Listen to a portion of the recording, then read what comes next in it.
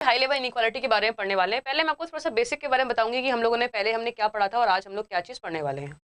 Inequality का मतलब है असमानता, और इसका बेसिक मैं आपको इसकी पहली क्लास में बता चुकी हूँ। असमानता, असमानता,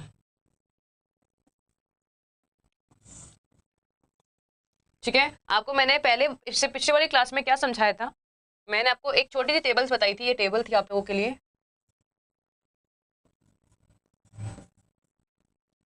क्या बताया था मैंने आपको इस टेबल के बारे में कि मान लीजिए अगर आपके पास इक्वेशन कुछ इस तरीके से है और आपसे पूछा जाए कि ए और सी में क्या रिलेशन होगा, तो आपको क्या बोला था, जब कंपैरिजन आपका इन दोनों में रहता है, जब कंपैरिजन आपका इन दोनों में रहता है तो हमेशा छोटी वाली वैल्यू मानी जाती है। छोटी वाली का मतलब क्या हुआ, हमने इसको नंबरिंग दी थी, ये हो गया 1, ये हो गया 2, ये हो गया 3, ये 1 डैश, ये 2 डैश एंड ये 3 डैश। कंपैरिजन हमेशा नीचे वाले ब्लॉक के अंदर रहेगा और ऊपर वाले ब्लॉक के अंदर रहेगा। कभी भी ऊपर का कंपैरिजन नीचे वाले से नहीं हो सकता। कंपैरिजन जब भी होगा ऊपर वाले ब्लॉक्स में अलग रहेगा, नीचे वाले ब्लॉक में अलग रहेगा, कभी भी दोनों मिक्सिंग में नहीं रहेगा। जैसे कि इस क्वेश्चन में देखिए, आपके पास ये एक क्वेश्चन बनी हुई है, इससे मैंने पूछा कि आपको बताइए कि ए और सी में क्या रिलेशन रहेगा, तो आपको सीधे से बताना था कि इस ए से सी तक जाने में हमें एक तो ये वाला सिंबल आया, एक ये वाला सिंबल आया। कौन कौन सा है, एक तो ये वाला आया, एक ये वाला आया। इन दोनों में से कौन सा सिंबल लिया जाएगा, पहला वाला लिया जाएगा, क्योंकि वही छोटा है। ठीक है, अगर मान लीजिए इधर लिख देती हूँ मैं, ए ग्रेटर देन सी हो गया। मान लेते हैं आपके पास आया ए, इस केस में कौन सा वाला लिया जाएगा, ए और सी में रिलेशन बताइए। अगर मैं पहले सेकंड वाली इक्वेशन की बात करूं, सेकंड वाली इक्वेशन में ए और सी में क्या रिलेशन रहेगा, सोच के बताइए। ए ये रहा और सी ये रहा, ए ये रहा और सी ये रहा, क्या रिलेशन रहेगा आप लोगों का। ए से सी के बीच में जब जाओगे आप, तो मेरे पास दो चीजें आ रही हैं, एक ये वाला आ रहा है और एक ये वाला आ रहा है। दो आ रहा है, एक ये वाला और एक ये वाला आ रहा है। इन दोनों में से छोटा कौन सा है, देखिए इन दोनों में छोटा कौन सा है, 1 डैश। 1 डैश छोटा है, तो आपका आंसर आएगा 1 डैश वाला, यानी कि ये वाला। मान लेते हैं यहाँ पे तीसरा मैंने क्वेश्चन बना दी, A greater than B less than C. मान लो मैंने आपके पास ये क्वेश्चन बनाई तीसरी वाली, और आपसे पूछ लिया बताइए कि ए और सी में क्या रिलेशन रहेगा, तो आप क्या बोलेंगे। देखो यहाँ पे कंपैरिजन किनके बीच में हो रहा है, एक हो रहा है सिंबल 1, एक हो रहा है 1 डैश। 1 1 डैश दोनों बराबर की पावर्स के हैं। 1 और 1 डैश में कोई भी छोटा और कोई भी बड़ा नहीं है। लेकिन आपने यहाँ पे क्या गलती कर दी, आपने, मैंने क्या समझाया था आप लोगों को कि ऊपर वाले का कंपैरिजन नीचे वाले से नहीं कर सकते। ऊपर वाले लोग अलग है, नीचे वाले लोग अलग है, दो अलग अलग फैमिलीज मांगे चलिए, ऊपर वाली फैमिली अलग है, नीचे वाली फैमिली अलग है, तो दोनों में आपस में कंपैरिजन रहेगा, नहीं रह सकता। ऐसे केस में हम लोग कुछ नहीं बोल सकते कि ए और सी में क्या रिलेशन रहेगा, सीधा हम बोल देंगे इसमें सी एंड डी आंसर आएगा। इसके बाद जो केसेस बनते हैं वो बताए थे मैंने आपको, इसके बाद ईदर और ये सब चीजें बनती हैं, पर उससे पहले हमारे ये समझ जरूरी है कि इसमें सी एंड डी रिलेशन रहेगा। कोई एग्जैक्ट रिलेशन हम लोग इसमें बता नहीं सकते। इतनी बातें कितने बच्चों को समझ में आ गई। अब बात करेंगे इसके एक स्टेप नेक्स्ट वाले की, और एक नेक्स्ट स्टेप है आप लोगों के सामने ये रहा क्वेश्चन। अगर क्वेश्चन आपके सामने कुछ ऐसा बन के आते हैं तो हम इसमें कैसे जवाब देते हैं, बताइए। अगर हमारे पास क्वेश्चंस कुछ इस तरीके से बन के आएगा तो हम लोग किस तरीके से इसका आंसर देंगे, क्योंकि अभी तक जो हमने सीखा वो हर किसी को आता था, हर किसी को वो चीज आती थी और हर कोई बहुत टाइम से वो चीज करता हुआ आ रहा है। अब जो चेंज रहेगा वो हमारा इस क्वेश्चन से चेंज होना स्टार्ट हो जाएगा। क्वेश्चन को देखिए, बताइए इसका जवाब क्या होगा। यहाँ क्या लिखा हुआ है ए बी और सी के बारे में कि ए बी और सी यहाँ पे is equal to not equal to है, यहाँ पे नॉट इक्वल टू है। अब एक ये नई चीज मेरे सामने आई है, नॉट इक्वल टू। मेरे सामने एक नई चीज आई है, not equal. Not equal to का मतलब क्या हुआ कि कोई चीज बराबर नहीं है। अगर कोई चीज बराबर नहीं है तो क्या होगी, या तो वो छोटी होगी या वो बड़ी होगी। अगर कोई चीज बराबर नहीं है इसका मतलब क्या हुआ, या तो वो चीज छोटी होगी। ऐसे मान लीजिए मेरा और आप में कंपैरिजन हो रहा है, मैं आपके बराबर नहीं हूं। मेरा और आपका कंपैरिजन हो रहा है कि मैं मतलब पढ़ने में कि कोई बोल रहा है कि मैं और आपका कोई बराबरी का हिसाब नहीं है। तो आप में और मेरे में क्या रिलेशन हो सकता है, या तो मैं आपसे कमजोर होंगी या फिर मैं आपसे तेज होंगी, या तो मैं आपसे कमजोर होंगी या मैं आपसे तेज होंगी। इसके अलावा कोई रिलेशन बनता है, किन्हीं भी दो लोगों के बीच में क्या रिश्ता बन सकता है, या तो वो लोग बराबर के हैं या एक छोटा है या फिर एक बड़ा है, यही बन सकता है रिलेशन, और तो कुछ बन सकता नहीं है। तो यहाँ पे बोला गया है कि हम लोग बराबर के नहीं है। बराबर के नहीं है कि मतलब क्या है कि या तो छोटा होगा फिर बड़ा होगा। हमने मान लिया तो ये छोटा होगा या फिर बड़ा होगा। सिमिलरली यहाँ पर हमने मान लिया ये बड़ा होगा या फिर छोटा होगा। अब देखो, अब ध्यान देना, इस वाले का कंपैरिजन मैंने इससे किया, जब इसका इससे कंपैरिजन करूंगी तो आंसर तो ये आएगा, चलो ठीक है मान लिया। जब इसका इससे कंपैरिजन करूंगी तो कोई आंसर नहीं आएगा, कोई आंसर नहीं आ रहा। देखो, जब इसका मैंने इससे कंपैरिजन किया तो कोई आंसर नहीं आया, इस वाले का मैंने इससे कंपैरिजन किया तो ये वाला आंसर आ गया। इसका मतलब क्या है, यही काम इसका रहेगा। जब मैं नीचे वाले का कंपैरिजन ऊपर वाले के साथ करूंगी तो कोई रिश्ता नहीं बन के आएगा, लेकिन नीचे वाले कंपैरिजन में इसके साथ करूंगी तो रिश्ता ये वाला बन के आएगा। तो आप देख रहे हैं कुछ भी एग्जैक्ट रिजल्ट नहीं आ पा रहा है। कोई भी एग्जैक्ट आंसर नहीं आ पा रहा, यानी कि आंसर हो जाएगा आपका सी एंड डी। आंसर हो जाएगा आपका सी एंड डी, कि हम एग्जैक्टली कोई रिलेशन नहीं बना पा रहे हैं। और जब हमारे पास रिजल्ट्स के फॉर्म में सी एंड डी निकल के आता है, उस केस में हम लोग क्या मानते हैं कि ए और सी के बीच में रिश्ता कुछ ऐसा होना चाहिए। जब हमारे पास रिलेशन सी एंड डी निकल के आता है, तो हम क्या सोचते हैं कि ए और सी के बीच में रिश्ता ऐसा होना चाहिए जो जिनके बीच में तीनों सिंबल्स आ रहे हो।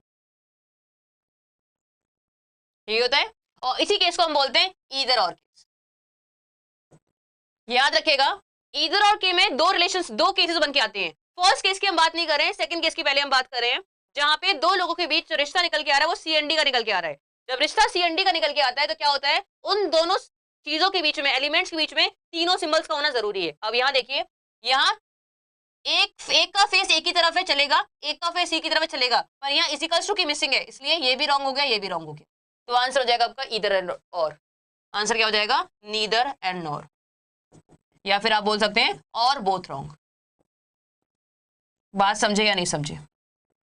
जरूरी है बच्चे ये चीज समझना। जरूर केस सिखाए थे, मान लीजिए एक ए बी और सी है। एक केस ए, इसमें पहला वाला क्या है ए, दूसरा वाला क्या है, ठीक है। दूसरा केस है आपके सामने ए, मान लो ये है, और ए और सी में क्या रिश्ता बन रहा है, पहले वाले मान लीजिए बन रहा है ये वाला, और सेकंड वाले में बन रहा है मान लीजिए ये वाला। आप समझ रहा, मैंने आपको दो इक्वेशंस दिए, दोनों इक्वेशन को समझना और अपने आप आपको आंसर आना स्टार्ट हो जाएंगे। देखिए यहाँ इसको भूल जाओ, नीचे जो लिखा है इसको भूल जाइए अभी थोड़ी देर के लिए, यहाँ इसको भूल जाओ, थोड़ी देर के लिए भूल जाओ, यहाँ पे कुछ लिखा हुआ है, केवल इन दोनों को समझो और ए और सी के बीच में रिश्ता खुद से सोचिए। देखो, अगर मैं इस केस को देखूंगी ए और सी के बीच में, तो यहाँ पे कोई एग्जैक्ट रिलेशन नहीं निकल पाएगा। कोई रिलेशन एग्जैक्टली नहीं निकल पाएगा, क्योंकि एक का फेस है इस साइड और एक का फेस है इस साइड, दोनों का फेस अपोजिट साइड्स में, यानी कि ए और सी के बीच में रिलेशन जो बनेगा वो सी एंड डी का बनेगा, इसका बनेगा सी एंड डी का। पर यहाँ में जब मैं देखूंगी रिलेशंस को, तो यहाँ रिलेशन क्या बनेगा, is equals to greater than, क्या बनेगा, ये वाला नहीं बनेगा, बनेगा नहीं बनेगा। देखो इसमें ए से सी पे जाने पे दो सिंबल्स का यूज हो रहा है, इन दोनों में छोटा कौन सा है, ये वाला, तो ये वाला यहाँ पे आ जाए। अब ऑप्शंस मेरे पास क्या है, 1 और 2। ऑप्शन है मेरे पास कुछ ऐसे, ऑप्शन है मेरे पास कुछ इस तरीके के। अब देखिए इस वाले में क्या है, इससे भी हम लोग ईदर और ही बन के निकलता है, और ईदर और कब बनता है, सीएनडी के केस में ईदर और कब बनता है, जब सी और ए के बीच में तीनों सिंबल्स आ रहे हो। देखो एक का फेस है ए की तरफ, एक का फेस सी की तरफ, और एक इज इक्वल्स टू ये रहा, यानी कि ए और सी के बीच में तीनों तरीके के सिंबल्स आपके आ चुके हैं, तो ये बनता है आपका ईदर और। इस केस में क्या हो रहा है, रिलेशन हमारे पास एग्जैक्टली निकल के आ रहा है, हम आंसर, ऐसा नहीं है कि हम आंसर नहीं निकाल सकते, हमने आंसर निकाल लिया है, वो आंसर ये वाला है, पर ऑप्शन के अकॉर्डिंग जब हम चेक करेंगे तो यहाँ पे क्या होगा, इन दोनों को मिलाने के बाद ये रिलेशन बनेगा, तो इस केस में भी हम क्या बोलते हैं, ईदर और। क्लियर है? और अभी जो हम बात कर रहे थे वो वाले कौन सा केस था, वो ये वाला केस था, जहां इनके बीच में आंसर सीएनडी आ रहा था, सीएनडी के आंसर आने के बाद हमारे पास जो दो एलिमेंट्स होते हैं उनके बीच में तीनों सिंबल्स का आना जरूरी है। अब बहुत से बच्चों की तो सर के ऊपर चली गई ये बातें। अब मुझे जरा ये बताइए कि ये बात कितने बच्चों को समझ में आई, ढंग से बताइएगा। अगर यहाँ पे ये होता, ये सिंबल और लगा होता, तो यहाँ पे पक्का से सीएनडी नहीं ईदर और आंसर आ जाता, इस सिंबल लगते ही आंसर ईदर और आ जाता, जो कि नहीं लगा है तो आंसर आपका नीदर और है। बताओ क्लियर हुआ या नहीं हुआ? अगला सवाल देखिए, नेक्स्ट क्वेश्चन आपके सामने, समझिए, बताइए इसका जवाब क्या होगा। क्योंकि जिन एग्जाम्स की आप तैयारी कर रहे हैं, उन एग्जाम्स की तैयारी करने के लिए बहुत सारे स्टूडेंट्स पहले से तैयारी कर रहे हैं, बहुत सारे समय से तैयारी कर रहे हैं, ठीक है। तो मैंने हमेशा ही बोला है, अगर आपको एग्जाम क्रैक करना है, कम टाइम में क्रैक करना है, तो ये याद रखिएगा कि आपको बाकियों से कुछ एक्स्ट्रा एफर्ट्स लगाने ही पड़ेंगे। क्वेश्चन देखिए, बताइए इसका जवाब क्या होगा।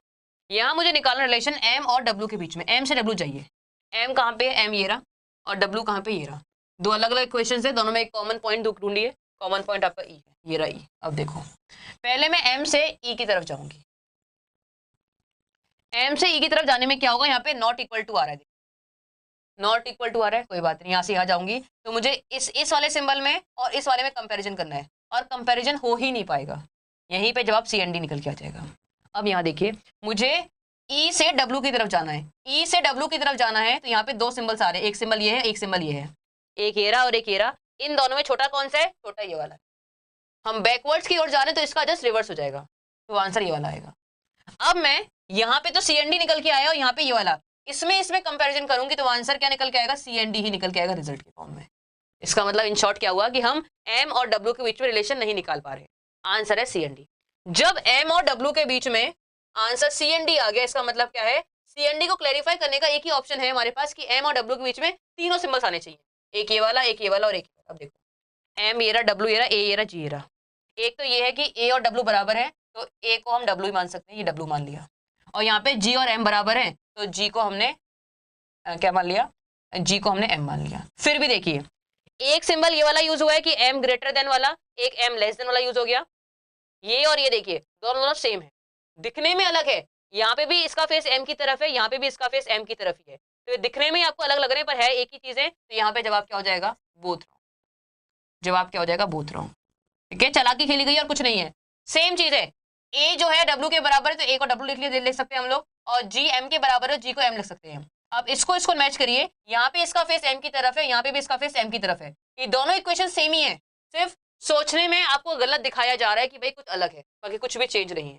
आंसर आपका बोथ रॉन्ग रहेगा। करना है तो अब देखो यहाँ पे क्या है, मुझे जाना है L से R की तरफ, केवल आपको अच्छा जो आप चाहते थे वैसा दिखाया नहीं गया है, कुछ हटके दिखाया गया है, और हटके दिखाते आपका माइंडसेट एकदम चेंज हो गया, भाई ये क्या आ गया, बवाल हो गया। नहीं, चीजें वही हैं, सिर्फ देखने का नजरिया हमको चेंज करना है। क्वेश्चन आपके सामने, हमें L से R की तरफ जाना है। अब देखो L कहाँ है और R कहाँ है, L आपका ये रहा और R कहाँ है आपका, R ये रहा।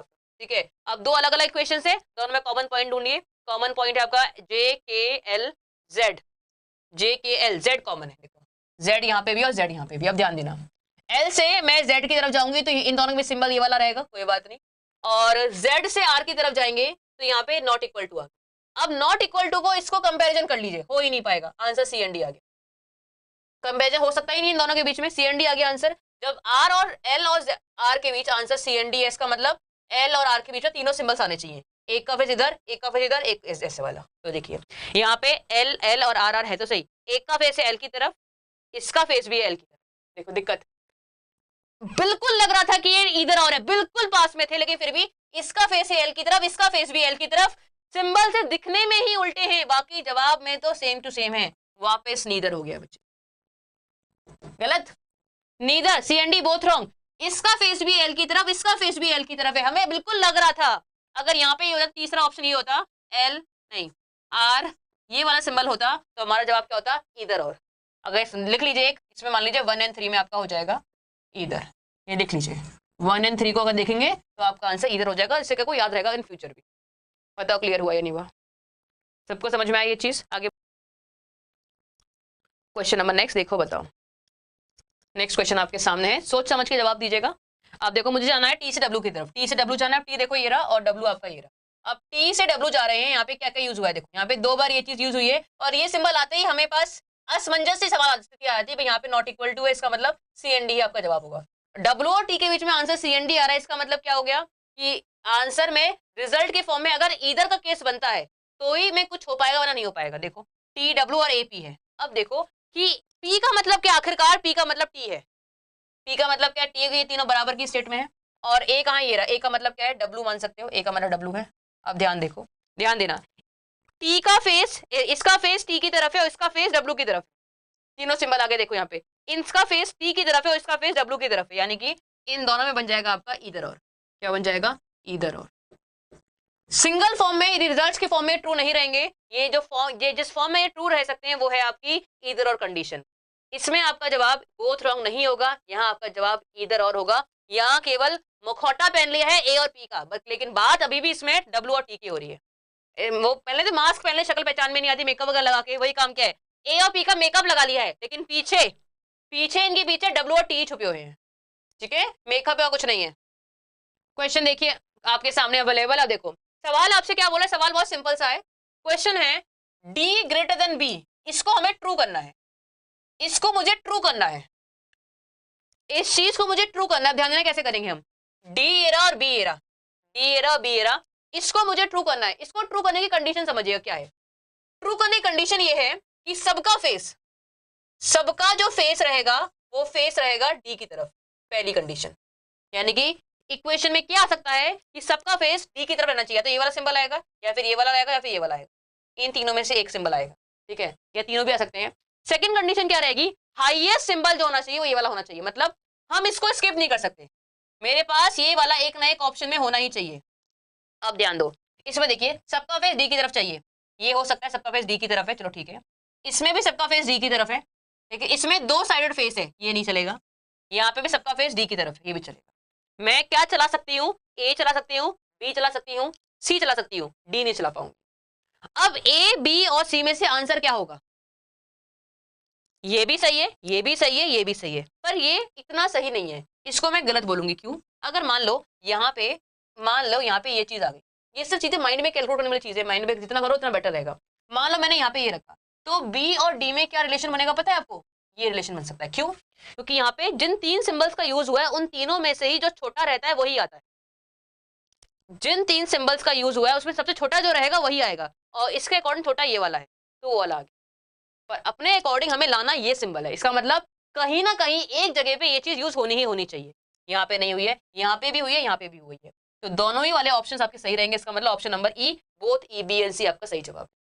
क्वेश्चन नंबर नेक्स्ट देखिए, आप देखो उल्टा पूछ लिया मैंने, जस्ट रिवर्स कर दिया चीजों को, जस्ट चीजों को रिवर्स कर दिया। आप ध्यान दो, आप सवाल देखिए, मुझे ये चीज ट्रू करनी है, मुझे ये चीज ट्रू करनी है, इसकी सॉरी ये चीज मुझे फॉल्स करनी है, ये चीज मुझे फॉल्स करनी है। उसके लिए पूछा गया है कि यहाँ पे कौन से अल्फाबेट्स को पुट करूं। सिंबल्स दे रखे हैं, सिंबल्स आपके पास हैं, अल्फाबेट क्या रखा जाए आपको ये बताना है। बताइए, आज सबकी नानी दादी सब याद आ जाएगी आपको, क्या करें बताइए?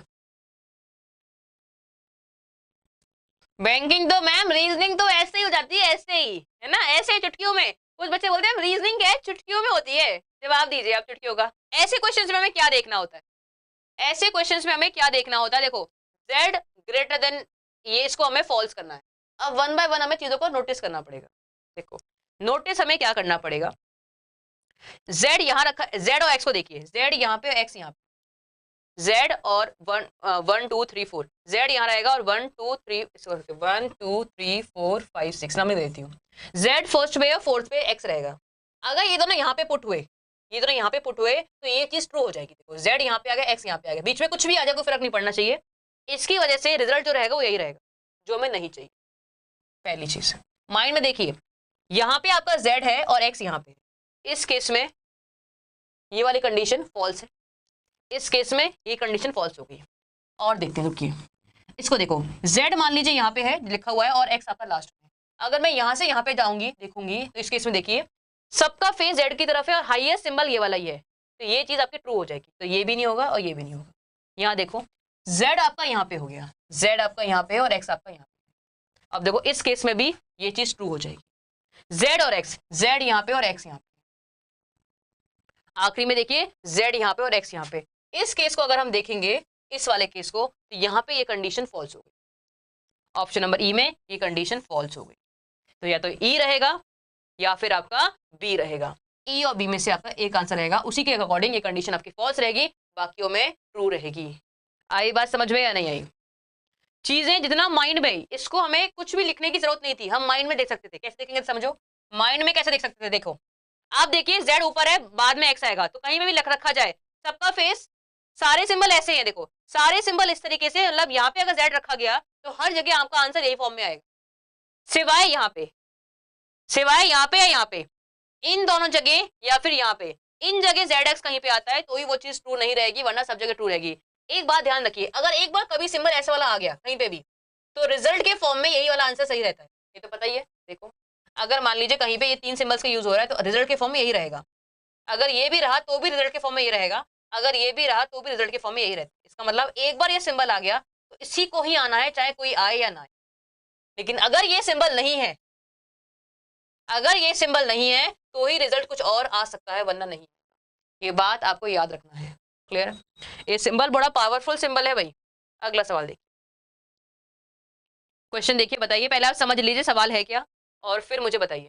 देखो यहाँ पे ऐसे, यहाँ पे के, नया वेराइटी का क्वेश्चन है, ये भी एक नई वेराइटी है। अब ध्यान दो इसमें क्या करना है, यहाँ पे आपके पास ऐसे और के, आपको बताना है यहाँ पे क्या चीज पुट होगी, एस और के में क्या रिलेशन बनेगा और क्यू और आई में क्या रिलेशन बनेगा, ये आपको बताना है। अब देखो एस ये रहा और के ये रहा, कॉमन पॉइंट है आपका ए, एस से ए जाओगे तो रिलेशन बनेगा ये वाला, और ए से के जाओगे रिलेशन बनेगा ये वाला।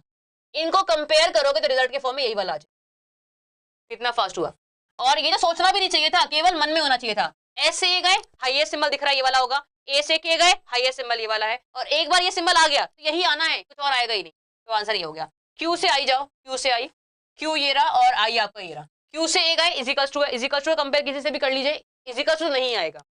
फिर कहाँ गया, ए से आई गए, ए से आई जाओ, जो भी रिजल्ट आएगा उसका उल्टा हो जाएगा, रिजल्ट ये वाला आया है इसका उल्टा हो जाएगा, यानी कि ये आपका आंसर आएगा, इसका आंसर ये हो जाएगा।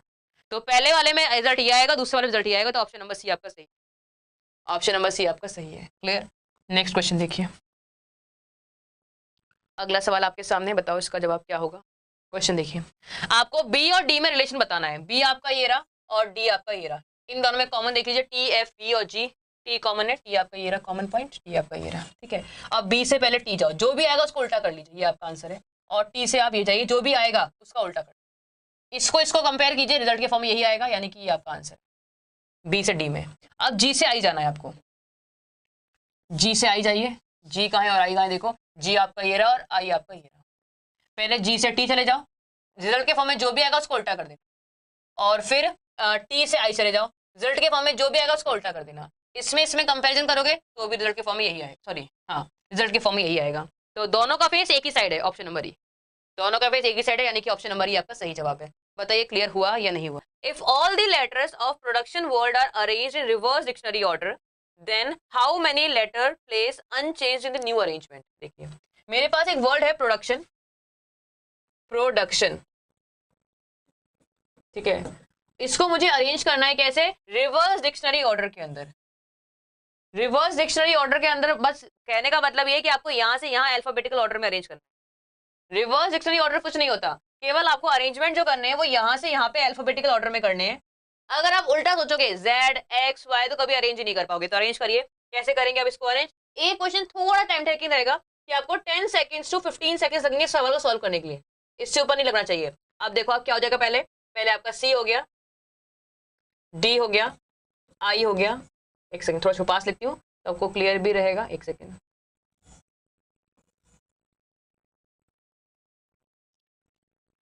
पहले आपका देखिए समझने के स्टार्ट करते हैं, पहले हमको रिवर्स के अंदर पहले क्या आएगा, इसमें सी आएगा, लास्ट में सी आएगा, उसके बाद यहाँ पे डी आ जाएगा, सी हो गया, डी हो गया, उसके बाद आपका आई हो गया, ठीक है। आई से बड़ा देखिए क्या हो जाएगा, एन, एन यहाँ पे आ जाएगा, फिर आपका ओ हो गया, तो दो बार आपके पास ओ अवेलेबल है, दो बार ओ अवेलेबल है, ओ से ऊपर आपका आर, आर आ जाएगा, नहीं पी आएगा, पी हो गया, देन आपके पास आर, फिर आपके पास टी, और देन आपके पास यू हो गया। अब आप देख लीजिए कौन से वाले में कुछ भी चेंज नहीं हुआ है, चेंज कहाँ पे नहीं हुआ है, वही आपका आंसर है, केवल और आई में, आई के अलावा ऐसा कोई नहीं है जहाँ पे कुछ चेंज ना हुआ हो, तो आई में चेंज बिल्कुल भी नहीं हुआ है, तो ऑप्शन नंबर ए आपका सही जवाब, आंसर क्या हो जाएगा आपका, ऑप्शन नंबर ए। तो इस क्वेश्चन का उद्देश्य क्या था कि आपको प्रोडक्शन वर्ड में इतने भी लेटर्स आए थे उनको रिवर्स डिक्शनरी का मतलब केवल इतना है कि डिक्शनरी की शुरुआत है पीछे से कर लीजिए बस, ठीक है, तो डिक्शनरी की शुरुआत पीछे से करेंगे और आपका आंसर आएगा 1, पहला वाला ऐसा है जो आपका सही जवाब है। क्वेश्चन नंबर नेक्स्ट देखिए, सवाल क्या कह रहा है, suppose the first and the second letter of the English alphabet changes place, also the third and fourth alphabet also changes alphabet, in the new alphabet this form which letter should be 19th from the left hand.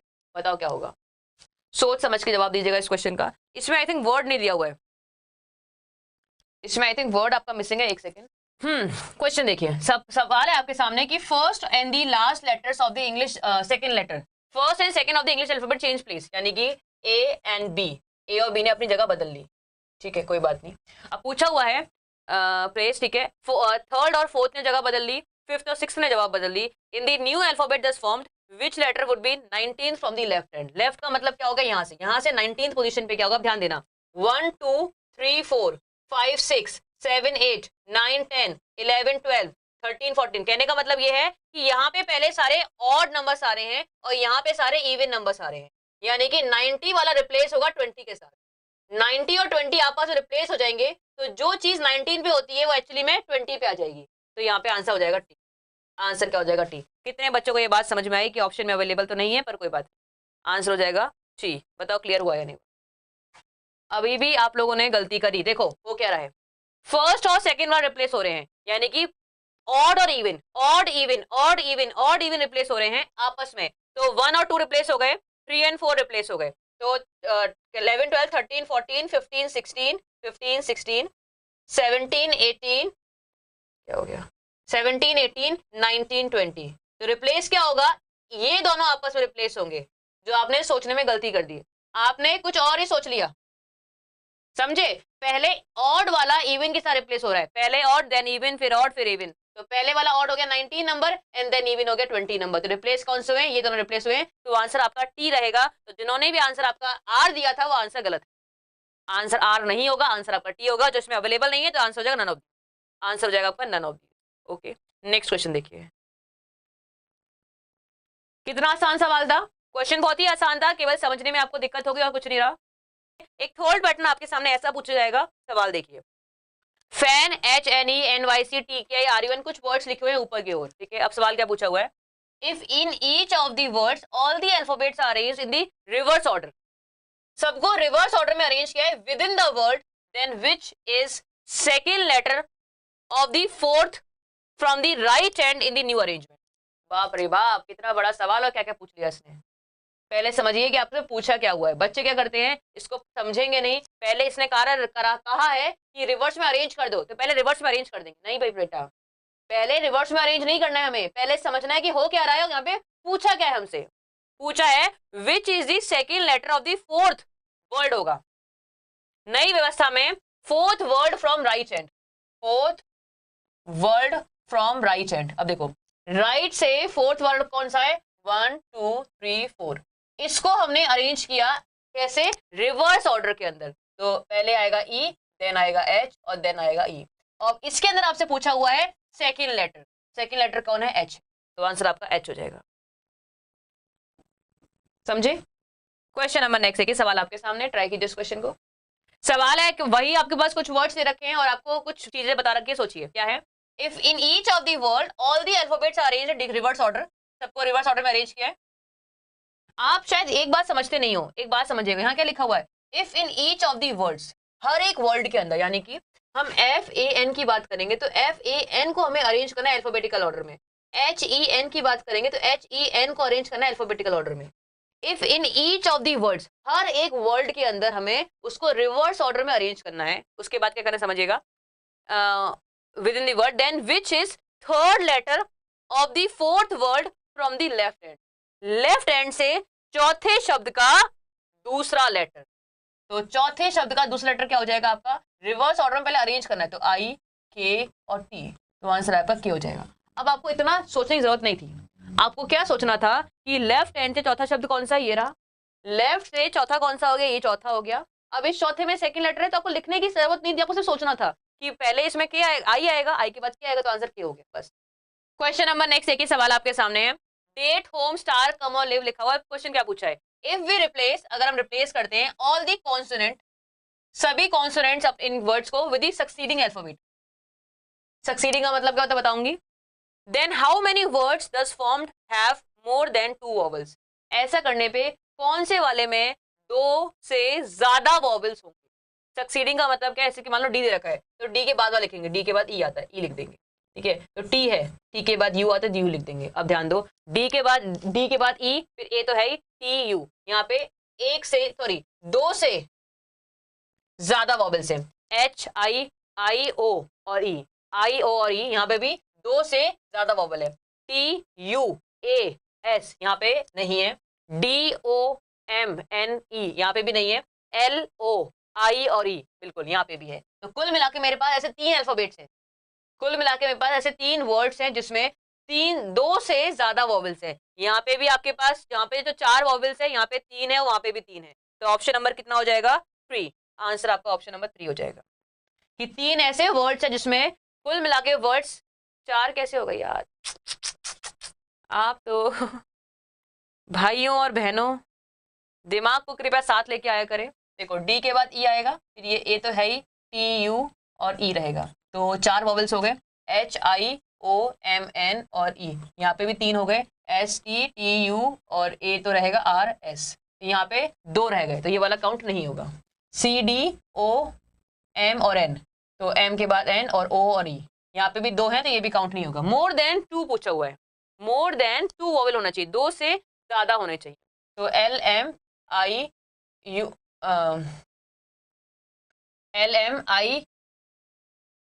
LMIVWE, यहाँ पे भी बच्चे नहीं है, यहाँ पे भी नहीं है, कुल मिला केवल 2 ही है, 3 भी नहीं है, केवल 2 ही है, फर्स्ट और सेकेंड वाला, जहाँ पे 2 मोर देन 2 वॉवल्स अवेलेबल है, 3 नहीं है बच्चे, 3 वाले बच्चे नहीं है। एल आई वी ई में देखिए, एल के बाद एम, आई का आई, वी डब्ल्यू ई का ई, तो यहाँ पे कुल मिला के 2 वॉवल्स है, यहाँ कुल मिला के 2 वॉवल्स है, यहाँ कुल मिला के 2 वॉवल्स है, केवल यही 2 ऐसे लेटर्स है जिसमें मोर देन 2 अवेलेबल है, तो आंसर आपका 2 हो जाएगा, आंसर आपका 2 हो जाएगा। मैंने क्या बोला था, इन क्वेश्चंस में कुछ करना नहीं है, केवल आपको अपनी स्पीड इंप्रूव करनी है, चीजों को देखने का तरीका चेंज करना और कुछ नहीं करना है। क्वेश्चन देखिए आपके सामने है, if in each of the word given the first alphabet is replaced by the following alphabet, sorry, first letter alphabet is replaced by its following alphabet and the third alphabet is replaced by its preceding alphabet as per English alphabetical order, then how many words thus formed will be without any vowel। देखो क्या बोल रहा है, बोल क्या रहा है समझना, कि थर्ड वाले को रिप्लेस किया है प्रीसीडिंग वाले से।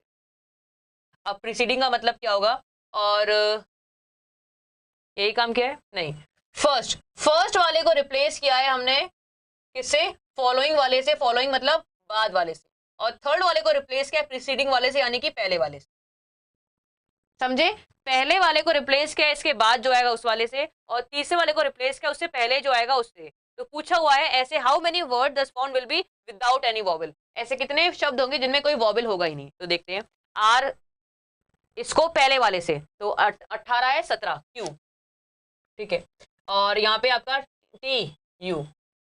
अब देखो एक बात समझना, एक और समझाती हूँ मैं आपको। अब देखो इसमें कंफ्यूजन क्रिएट होना स्टार्ट हो जाएगी।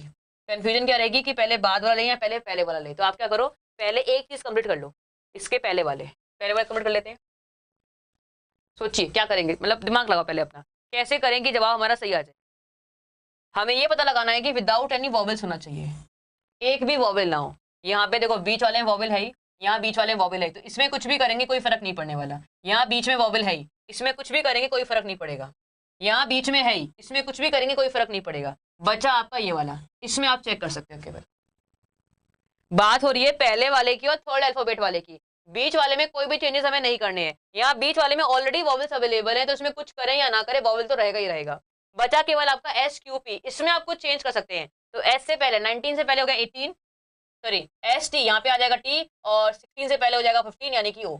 यहाँ पे भी एक वॉवल आ चुका है, इसका मतलब ऐसा कोई भी लेटर नहीं जहाँ वॉवल नहीं आएगा, तो आपका जवाब हो जाएगा नन, आंसर हो जाएगा ऑप्शन नंबर ए नन। बताओ अब सवाल देखिए, क्वेश्चन आपके सामने है। सवाल क्या है, the new word formed after performing the mentioned operations may not be meaningful, क्या है, एक सेकेंड, यहाँ है क्वेश्चन ये रहा। सवाल देखिए, क्वेश्चन में पूछा गया है, if the given letter of the word are arranged in the order as they appear in dictionary, यानी कि if the given letters of the word, हर एक वर्ड के जो लेटर्स है, लैंग्वेज को समझना, हर एक शब्द के जो लेटर्स है उनको अरेंज किया है हमने डिक्शनरी ऑर्डर के अंदर, then which of the following letter will be sixth from the right hand. अब इसका बताओ कैसे करेंगे इस क्वेश्चन को कैसे करेंगे। क्वेश्चन को देखिए, सवाल में लिखा क्या है, if the given letter of the words are arranged in order as they appear in dictionary, यानी कि अगर मैं इसको भी अरेंज कर दूं, इसको भी अरेंज कर दूं, इसको भी अरेंज कर दूं, इसको सबको अरेंज कर लूं, अरेंज कर दिया मैंने। अरेंज करने के बाद which will be six from the right hand, right hand से छठा कौन सा होगा, राइट हैंड से सिक्स कौन सा होगा। अब देखो अगर नॉर्मल हम बात करें, वैसे क्वेश्चन रॉन्ग है, अगर नॉर्मली बात करें तो कैसे करेंगे, 1 2 3 4 5 6, तो मेन बात ये है कि यहाँ पे क्या आने चाहिए, राइट हैंड छठा कौन सा होगा, ये वाला होने चाहिए। अब सिक्स यहाँ पे क्या आएगा, अब इस वाले को अरेंज कर दो डिक्शनरी के अंदर, कैसे करोगे, एफ जी एन, तो पहले वाली जगह पे क्या आ रहा है, एफ आ रहा है, तो आंसर एफ होना चाहिए, आपका आंसर एफ होना चाहिए। ये लीजिए, बताओ कितना समय लगा सवाल को सॉल्व करने में। ठीक है, हमें सब कुछ अरेंज नहीं करना, वैसे ही सवाल गलत है, इसमें ढंग से पूछा नहीं गया है, पर फिर भी जिसके जो सवाल पूछा गया उसके अकॉर्डिंग आंसर बता रही हूँ क्या हो जाएगा। मुझे केवल इतना था कि राइट हैंड से छठा वर्ड कौन सा होगा, और हमारे पास ऑपरेशन हमने क्या किया है, हर किसी को हमने अरेंज किया डिक्शनरी ऑर्डर के अकॉर्डिंग। तो केवल मैं ये देख लूँ ना कि यहाँ से छठा कौन सा है, 1 2 3 4 5 6, और उसी को मैं अरेंज करूँ डिक्शनरी के अंदर, उसी को केवल अरेंज कर दूँ डिक्शनरी के अंदर, तो आंसर मेरा आ जाएगा। तो आपका जवाब ये होगा। लेकिन एक्चुअली में सवाल यही पूछना नहीं चाह रहा था, ये सवाल में इसमें कुछ चीजें मतलब प्रॉपर लिखी नहीं गई है, सवाल गलत तरीके रीड किया गया है। इस सवाल में ये बोला जाता है, ऐसा क्वेश्चन जब आता है कि इन सबको, जितने भी लेटर्स यहाँ पे अवेलेबल है, इन सबको अरेंज करें डिक्शनरी के अंदर, और उसके बाद हम बताएं कि इसमें सिक्स कौन सा होगा। और ऐसा सवाल जब भी आपके एग्जाम में आए तो इसको स्किप कर दें, लास्ट में करें जब आपके पास टाइम बचा हो, क्योंकि ये सवाल बहुत कंफ्यूजन वाला हो जाता है जब सवाल ऐसा बन के आता है। तो ऐसे क्वेश्चन को आपको स्किप करना है उस टाइम के लिए और उसके एकदम लास्ट में अरेंज करना है, ठीक है। सवाल देखिए, क्वेश्चन आपके सामने है, date, home, star, come and live, how many letters lie between second letter of the second word. अब देखो फ्रॉम लेफ्ट, लेफ्ट से second letter of second word, ये रहा O, and second letter of the last word, second letter of the last word. अब आपको क्या देखना है, ओ से आई के बीच में कितने अल्फाबेट्स आएंगे, ओ से आई के बीच में कितने अल्फाबेट्स आएंगे आपको चेक करना है। ये आपका 9 नंबर है, ये आपका 15 नंबर है। अब बताओ कितने आएंगे, 6 आएंगे। How many letters lie between second letter of the second word from the left and the second letter of the last word, तो जवाब कितना हो जाएगा, 6 आते हैं। ओ और आई के बीच में टोटल मिला के 6 लेटर्स आते हैं, तो आंसर आपका 6 हो जाएगा। 12 हो रहा है, 12 कैसे करेंगे, यहाँ से 1 2 3 4 5 6 7 8 9 10 11। ओ माय गॉड, आप इतने होशियार क्यों हो, आप इतने इंटेलिजेंट क्यों हो, आप इतने इंटेलिजेंट क्यों हो, आप इतने होशियार क्यों हो। आंसर कितना आएगा, 6। ओ माय गॉड, आप इतने होशियार क्यों हैं बच्चे। अगला सवाल देखिए, क्वेश्चन नंबर नेक्स्ट, चलो बताओ क्वेश्चन देखिए नेक्स्ट वाला, बताओ 7 आ रहा था, कोई बात नहीं। क्वेश्चन क्या है, if in each of the words all the alphabets are arranged in English alphabetical order.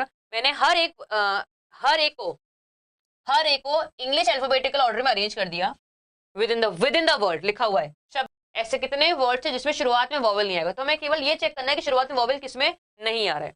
इसको अरेंज करोगे तो शुरुआत ए से होगी, यहाँ वॉवल आ रहा है, यहाँ वॉवल आ रहा है। इसको अरेंज करोगे शुरुआत आपकी ई से होगी, यहाँ वॉवल आ रहा है। इसको अरेंज करोगे यहाँ शुरुआत ए से होगी, इसमें भी शुरुआत सी से होगी, इसको शुरुआत करोगे ई से होगी। तो ऐसा केवल एक ही वर्ड है जिसमें वॉवल नहीं आ रहा है शुरुआत में, तो ऑप्शन नंबर ए आपका सही है। तो आंसर क्या हो जाएगा आप लोगों का, ओनली 1। क्लियर है, हमें सबको अरेंज करने की जरूरत नहीं है, केवल हमें ये चेक कर लेते हैं कि शुरुआत में क्या क्या आ रहे हैं, उसके अकॉर्डिंग हम आंसर दे देंगे फटाफट से। क्या आंसर हो जाएगा, ऑप्शन नंबर ए, ओनली 1। कम में ऐसा होगा कि जो पहली बार आएगा। क्वेश्चन लिखा हुआ है, if in each of the words, if in each of the words, ये लिखने का मतलब क्या है कि हम केवल वर्ड्स की बात कर रहे हैं। All the alphabets are arranged in English alphabetical order within the word, how many words will not end with consonant. ऐसे कितने वर्ड्स हैं जो कॉन्सोनेंट पे एंड नहीं होंगे, यानी कि एंड में कॉन्सोनेंट नहीं आना चाहिए। अब देखो अरेंज कीजिए, लास्ट में टी आएगा, कॉन्सोनेंट है भाई, लास्ट में टी आएगा। इसमें लास्ट में एम नहीं ओ आएगा, कॉन्सोनेंट नहीं है। इसमें लास्ट में 18 यानी 19 आएगा, ऐसा आएगा। इसमें लास्ट में ओ आएगा एंड इसमें लास्ट में वी आ जाएगा। अब देखो कॉन्सोनेंट से एंड नहीं होने वाले, तो ये तो कॉन्सोनेंट पे एंड हो रहा है, ये भी कॉन्सोनेंट पे एंड हो रहा है, ये भी कॉन्सोनेंट पे एंड हो रहा है। तो कुल मिला के ऐसे दो हैं, कुल मिला के ऐसे दो हैं जो कॉन्सोनेंट पे एंड नहीं हो रहे हैं, वो दो वॉवेल्स पे एंड हो रहे हैं। जवाब हो जाएगा आपका ऑप्शन नंबर बी। ये छोटी छोटी सी चीजें हैं। देखो होता क्या है, हम दो टाइप के क्वेश्चंस होते हैं। एक सवाल वो होता है जो हमने कभी ना कभी देखा होता है, हमें आता हो या नहीं आता वो बात की चीजें हैं, लेकिन कभी ना कभी हमें देखा होता है। एक वो सवाल होता है जो बिल्कुल हमारे लिए नया होता है। जो नया सवाल होता है उसको सॉल्व करने से पहले हमें क्वेश्चन को समझने में भी टाइम वेस्ट करना पड़ता है, ठीक है। वो टाइम हम बचा सकते हैं कैसे, अगर हमने हर एक वैरायटी क्वेश्चंस की प्रैक्टिस कर रखी होगी, हर एक लैंग्वेज से हम पहले से वाकिफ होंगे, तो हमें क्वेश्चन को पढ़ने में और समझने में टाइम वेस्ट नहीं करना पड़ेगा। जो बच्चा पहली बार सवालों को पढ़ेगा, फर्स्ट टाइम सवाल को देखेगा, तो पहले सवाल को सिर्फ रीड करने में वो आधा मिनट वेस्ट कर देगा। जो हम बचा सकते हैं हम बचाएंगे, इस आधे मिनट में हम सवाल को सॉल्व करने में लगाएंगे, ठीक है। इसलिए हम मैक्सिमम वैरायटी को कवर अप करते हैं। क्वेश्चन नंबर नेक्स्ट, ट्राई कीजिए इसको। क्वेश्चन नंबर नेक्स्ट देखिए, SELECTIONMEHNATSEHOG, if each letter of the word, हर एक लेटर, हर एक शब्द का हर एक letter is arranged according to the alphabetical series. हर एक को मैंने अल्फाबेटिकल ऑर्डर में अरेंज कर दिया। Then after arranging these new word according to dictionary order, then find which is third letter of the word which is second from the left end. Left end से second वाला और उसका भी third letter कौन सा होगा ये बताना है आपको। सवाल पढ़ लीजिए क्या बोल रहा है वापस से। If each letter of each of the word is arranged according to alphabetical series, then after arranging these, एक सेकेंड, यदि प्रत्येक शब्द में प्रत्येक अक्षर को वर्ण श्रृंखला के क्रम के अनुसार व्यवस्थित किया जाए, फिर डिक्शनरी ऑर्डर के अनुसार उन नए शब्दों को व्यवस्थित करने के बाद शब्द को तीसरा अक्षर खोजें जो बाएं छोर से दूसरा स्थान पे है। अब इस सवाल में कुछ अलग है, वो सवाल समझिए। इस सवाल में कुछ नया है, अब वो सवाल एक बार समझने का कोशिश कीजिए। इस सवाल में क्या चीज नहीं है, ट्राई कीजिए आप लोग, थोड़ा सा मेहनत कीजिए, दिमाग लगाओ। तो इस सवाल में हमसे क्या पूछा हुआ है, हमें पहले इसको भी अरेंज करना है, अरेंज करने के बाद जो हमारे पास नया वर्ड बनता है उसको भी हमें अरेंज करना है। जैसे मान लीजिए, समझना, हम पूरा सवाल सॉल्व नहीं करेंगे, इसमें भी हम क्या करेंगे, पहले हम इसको अरेंज करेंगे अल्फाबेटिकल ऑर्डर में। अरेंज करिए, पूरा नहीं, शुरुआत का वर्ड।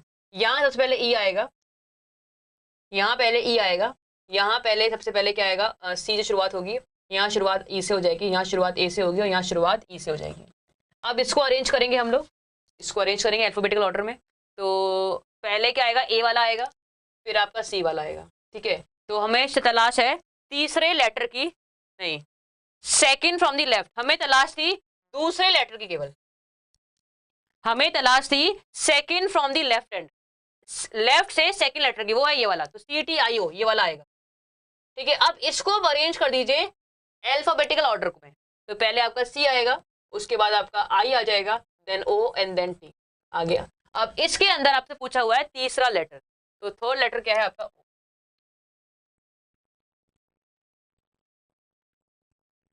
समझे क्या किया है?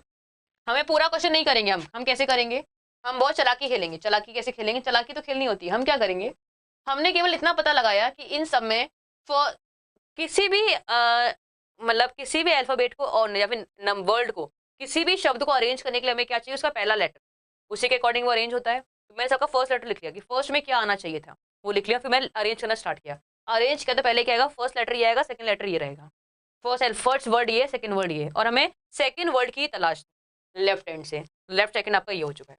अब मैं अगर इसको ही अरेंज कर दूं और इसमें पता लगा लूं कि थर्ड लेटर कौन सा है, तो मेरा काम बन जाएगा। तो बाकियों में क्या हो रहा है क्या नहीं हो रहा है उससे मुझे मतलब नहीं है। तो ऐसे मैंने समय बचा दिया। अब कुछ स्टूडेंट्स क्या करते हैं, देखो सब कुछ स्टूडेंट्स क्या करते हैं, पहले इन सबको अरेंज करते, सबको अरेंज कर दे, फिर अरेंज करने के बाद इनको लिखते प्रॉपर्ली अल्फाबेटिकल ऑर्डर के अंदर, और फिर उसमें थर्ड वर्ड को निकालते, और ऐसे वो लोग टाइम वेस्ट करते हैं, और ऐसे ये लोग अपना टाइम वेस्ट करते हैं। तो हम टाइम बचा सकते हैं, ऐसे हमने समय बचा लिया। तो इसलिए मैंने बोला था अगर पहले से आपको नॉलेज हो गया ऐसे क्वेश्चंस की, तो आप समय बचा पाएंगे अपने हिसाब से भी। क्वेश्चन है आपके सामने, if we replace third alphabet of each word, third alphabet of each word with the previous alphabet and first alphabet of each word with succeeding, first वाले को बाद वाले से रिप्लेस करना है एंड थर्ड वाले को पहले वाले से रिप्लेस करना है। then how many words does form does not contain more than one vowel, ऐसे कितने वर्ड्स होंगे जिसमें एक से ज्यादा वॉवल्स नहीं होगा। अब ये सवाल आप होमवर्क में करेंगे, this question you will do in homework, clear है, this question you will do in homework, clear है। Bye bye, take care, and जो बच्चे नए जुड़े सब्सक्राइब कीजिए चैनल को, लाइक कीजिएगा, शेयर कीजिएगा, और मुलाकात होगी अगले क्लास में। Bye bye and take care.